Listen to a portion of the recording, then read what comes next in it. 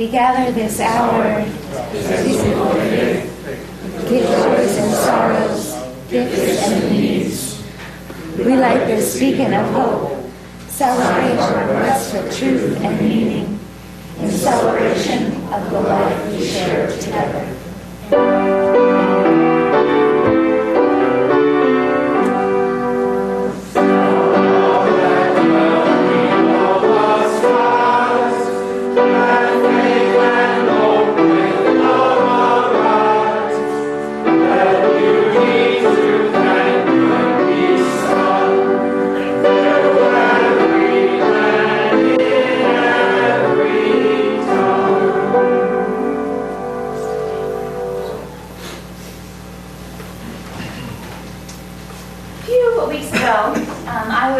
Maternity leave, and my husband was with me, and we had a Sunday where we didn't have to be at church for work. This was pretty special for us, and we decided we'd go for a walk in the woods. So we were driving, and we went to Corbett's Glen. Have you been to Corbett's Glen? Beautiful water flow. And we had this lovely walk, and as we were coming back from the walk to our car, we see a member of the church walking down the road. And they say, "Oh, hello!" You know, they're very excited to see us and to see our new child. We're very excited to see them. And then he looks a little bit sheepish. And he says, "You know, I'm not in church this morning." And we said, "You know, we're not in church this morning either." And he said, "Sometimes, you know," he had a fishing pole with him. He was walking down. He said, "Sometimes it's the decision of sitting in church thinking about fishing, or fishing and thinking about God." And I thought about that, and I thought sometimes we have to make this decision.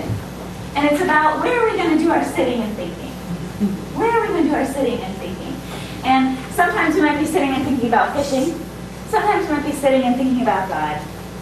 But this Sunday morning, I'm grateful that all of you came to sit together to think about fishing or about God, or whatever is heavy or light on your heart this morning. It is good to be together. I invite you now into the spirit of meditation and prayer, followed by some shared silence. Please take a moment and get comfortable in your seat. Allow your feet to find the floor and feel the ground underneath you, supporting you. Take a few breaths.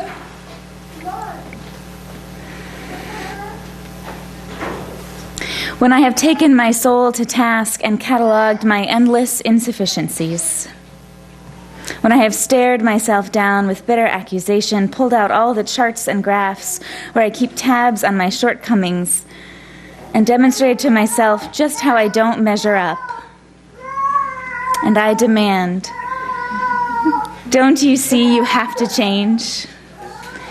Why do you cling to such petty resistance? It is then I must remember the secret of resistance. The air resistance against the wings of the plane allows for flight. That without electrical resistance, the light bulb would never illuminate. It is the resistance of the earth and the floor against our steps that makes it possible to stand, to walk, to leap. The geological resistance builds the majesty of mountain formations. The secret of resistance, whispering to us through earth and air, it whispers this: your heart has its reasons. Reasons to embrace, reasons to resist. When we resist, there is a deeper wisdom at play. Your soul knows what to hold on to and what to let go. Be our teacher, resistance, as you guide the wings of the airplanes and the birds. Resistance, guide us to what is truly important, so that in the moments when it matters, we too can dig in and stand and leap and hold fast and have the majesty of mountains.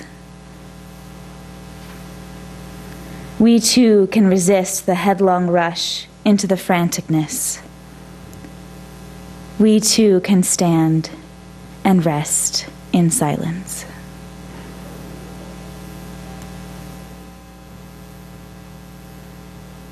Amen. Blessed be. May the silence we have shared continue to hold and heal us all.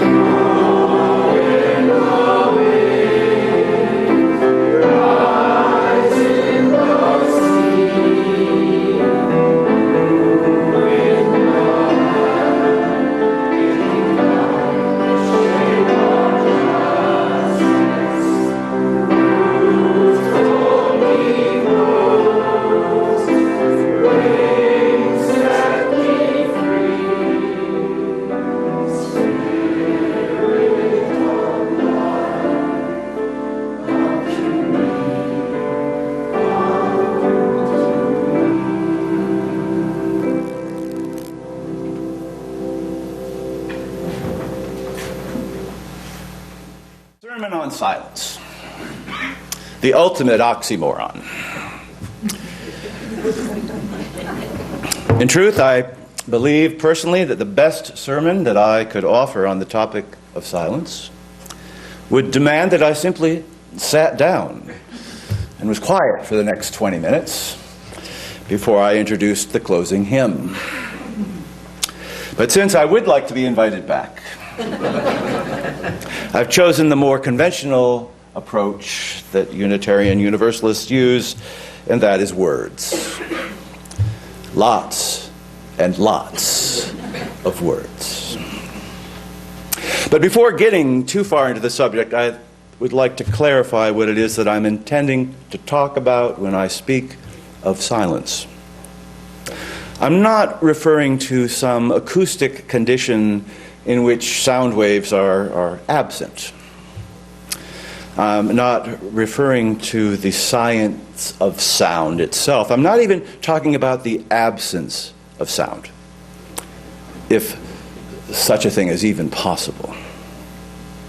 That's why, parenthetically, in worship I often invite people into a time of stillness and quiet, because it's never silent.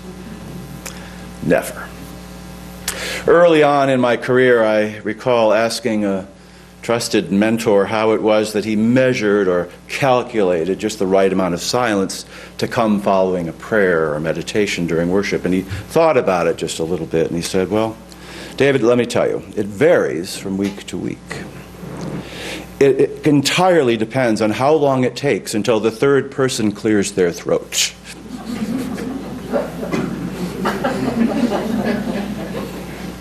So much for the Holy Spirit. The other aspect of silence that I have come to find useful, practical even in my own efforts to know and understand silence, is actually to think of it as a place, a location, somewhere that's usually separate from my immediate environment, that represents, by either my experience in the past or my imagination, a place that represents the conditions that are most conducive to things like insight, or calm, clarity, peace, openness, compassion, wisdom, hope, or healing, the holy. You name it.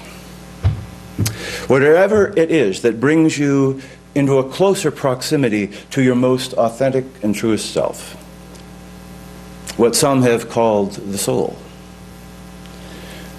whatever place we find ourselves closer to that is a place that I know as silence. So, when I'm invited to enter a time of silence, the door I reach for could be one of several.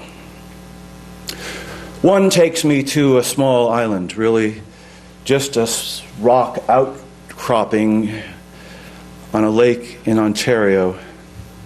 One of those spots that you come across that you can't quite understand where those pine trees find the sustenance to grow, out of a crack in a crevice. Not large enough for any kind of inhabitation, but simply to stand and rest. But even there are sounds. The water lapping on the stone, the occasional loon in the distance, the buzz of a motorboat far down the lake. Another door sometimes I reach for leads me into the empty chapel at my college.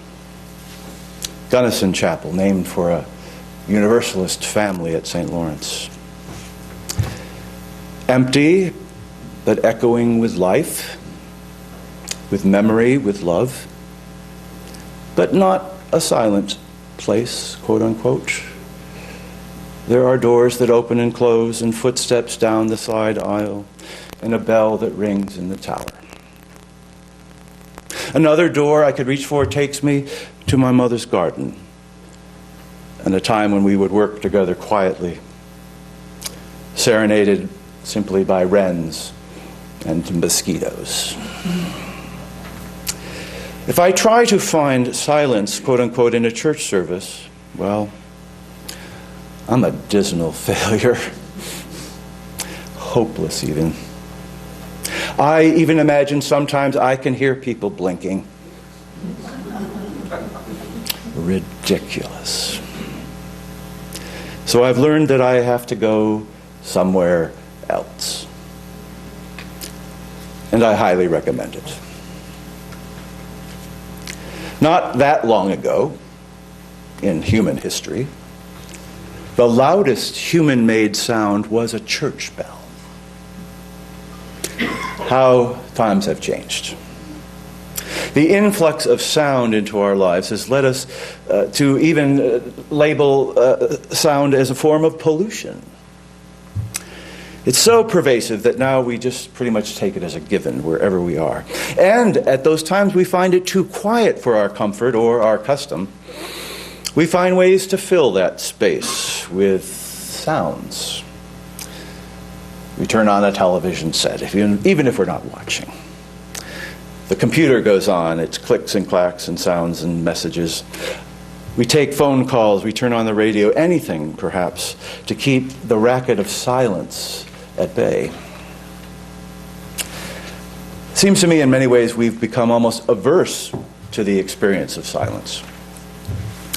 Now I have taken in my last couple of decades in this work the opportunity to go on a number of silent retreats. And when I tell some of my friends this, some respond with a kind of encouragement or a sense of certainly, though, that sounds interesting to them. But the majority of people who I tell that I'm going to take a silent retreat find the very notion appalling.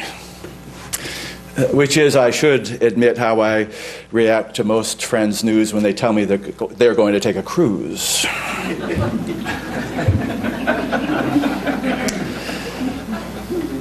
Oh, shudder to think of it. Can you tell I'm an introvert? But beyond our suspicion of silence, the more pervasive challenge is the basic lack of opportunity that we find in daily life to simply be quiet, to experience ourselves as a part of this larger phenomenon that is a timeless and yet eternal dimension of life. A 16th century Spanish mystic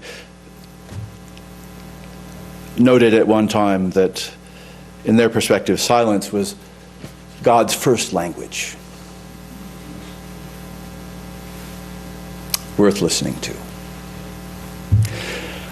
I certainly hope that that in time that there'll be efforts in each of your life and places in your life where you're able to give some attention to silence, and perhaps you already have practice in your life at this time that incorporates in a very intentional way silence into your life.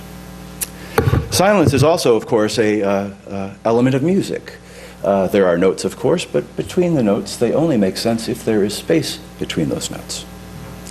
And no more so than in John Cage's most famous musical composition, which some of you may know, which is entitled 4 minutes and 33 seconds. Bill's familiar with it. I'm sure he's played it at many of his concerts. It was composed in 1952, and it is a piece in 3 movements by an assorted number of instruments. Cage considered it his very most essential composition. But what distinguishes this piece from others that he composed and by other musicians, the difference is in this piece, not a single note is played. The only notations on the entire score are rest indicators. There's a YouTube clip. Go home and take a look at it. The piece is performed by a symphony orchestra in front of a live audience. The conductor stands there and periodically turns pages, keeping time as the piece moves forward. The audience, like all good audiences at symphonies, takes the time between the movements to cough, clearing their throats, but silence during the rest. And then when it ends, they applaud wildly. My favorite review of this piece was this assessment by a newspaper reporter, and it said, quote, "To me, the climax is at the 3-minute mark, where the trumpets don't come in."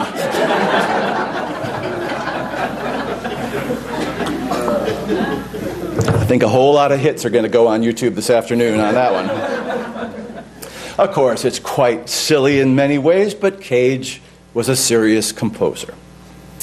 And it was not on his part a joke or a prank. It was his effort to collapse the boundaries between art and life. I mention it here because it says something about what Cage said about silence, which I've found really important in thinking about the sermon this morning. Cage said, "The essential meaning of silence is the giving up of intention." The central meaning of silence is the giving up of intention. By which I think he meant the intentions that come by our mind's effort to always fill a particular situation in time with a particular kind of meaning. So if it is silence in the underlying essential reality that is buried by noise, released from the burdens of having to make sense and through hearing, silence is somehow cleared away and revealed.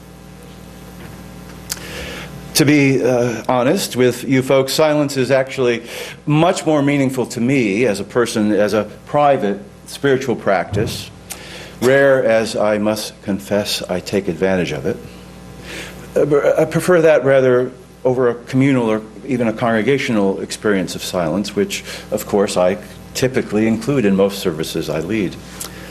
But even so, times such as the silence that Emily led us in earlier can be a significant time and place for me to participate in the moments of depth that occur in a place such as this.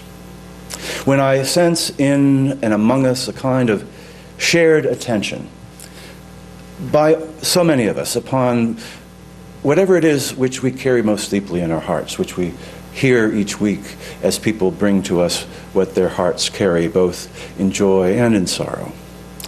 These things are all present in the silence, and that is a time where listening is most valuable and where the silence allows all of those voices to be heard. Silence rarely is empty. In fact, I think in a lot of ways, silences we share at times in our own services may be the very fullest moments in the time we're together. Perhaps the greatest challenge for many of us, both as human beings in a modern, information-laden culture, and as people who have chosen the faith that is conveyed mostly in words, is to find ways to experience our encounters with silence not as a kind of deficit of content, but as an opening for wisdom and insight to show up. We'd all be somewhat better off, I think, if we restrained our impulses to fill the silence.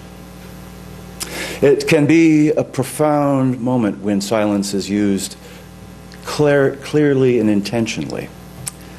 I don't know about for some of you, but certainly I think of times in Soul Matters groups that I've been a part of, as just an example that you might be familiar with, where something is shared, and what's needed most to follow up what someone has said is not someone's reflection on what they said, not someone's story, which is a little bit better than what someone said, but merely to hold that story, those words, in a deep silence, and feel no rush at all if 5 minutes pass to allow those words to stand without people becoming nervous and itchy and feeling a deep need to clear their throats. The silence between words does more than separate those words. The pause speaks loudly as well. Think of the pause and silence between yourself and another who you shared a kind of intimate and deep moment of honesty and truth, vulnerability even, and how important the silence is to that encounter. It validates it. It allows one to know that they are safe and they have been heard, and that what they have been entrusted to another is held with honor. Words would spoil a silence like that. Silence lets us listen to what life has to show us. And we can't begin to hear that and hold that if we don't stop talking. There aren't any gimmicks. There aren't any guarantees to what comes from a time of silence.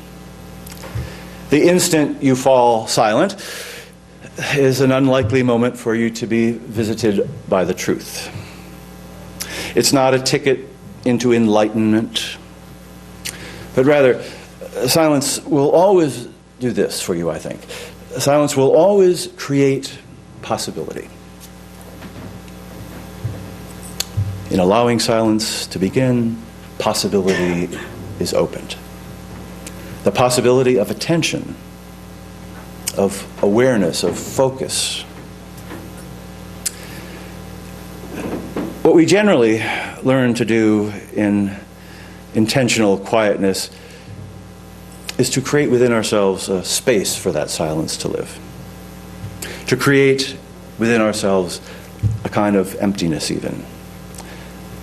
A Buddhist notion for certain. To set aside all worries and demands and feelings and fretting and ambition and anxiety, to brush away all the things that we are so convinced are so essential all the time. To just walk away from that, so that the possibility has been created to hear and receive the messages of that still small voice which is always present, waiting perhaps for an opening to enter into life. Whether it happens when we're all together in this place or in the privacy and sanctuary of our own homes. Silence allows us a chance to be. In silence, we don't try to be anything or anyone. In that state of being, we don't have to be clever or charming or wise or courageous or virtuous. We give up all of those things that distract us from being our own true self. And for however long it is that we can trust to be held by that silence, we just are. We are as we are. We allow ourselves even to be nothing.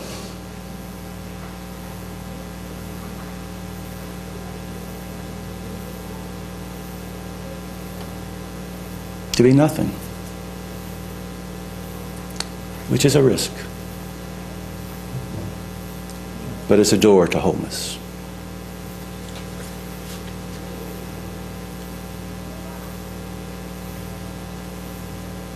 Enough words. I invite us to share a time of stillness and quiet. How long? Depends on how many throats need clearing. If you allow it, these moments might be the most real and helpful things that you do today. So let us find a door into the great, enduring realm of stillness.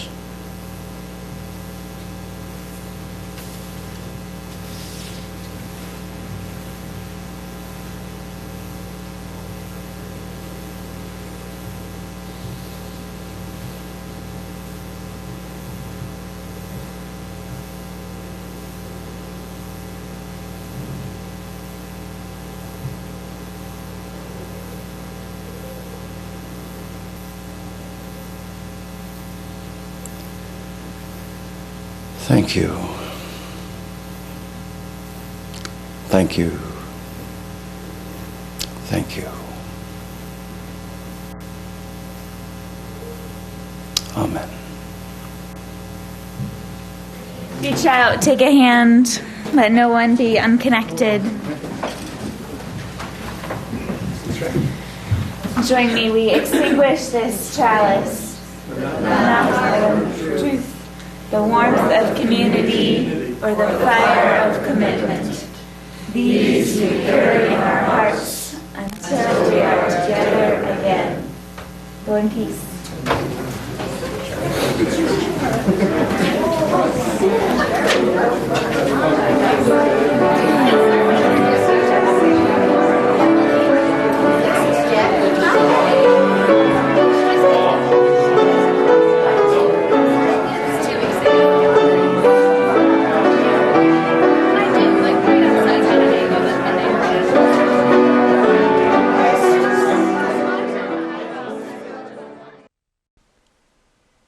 Join us for worship every Sunday at 10 a.m. at the Unitarian Universalist Church of Canandaigua, a welcoming congregation.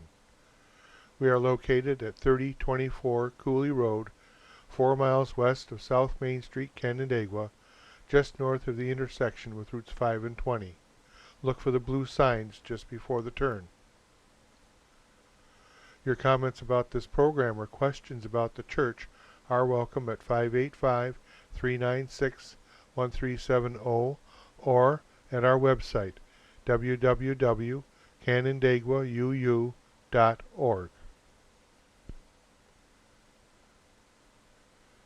Producer and editor, Daniel Brigham.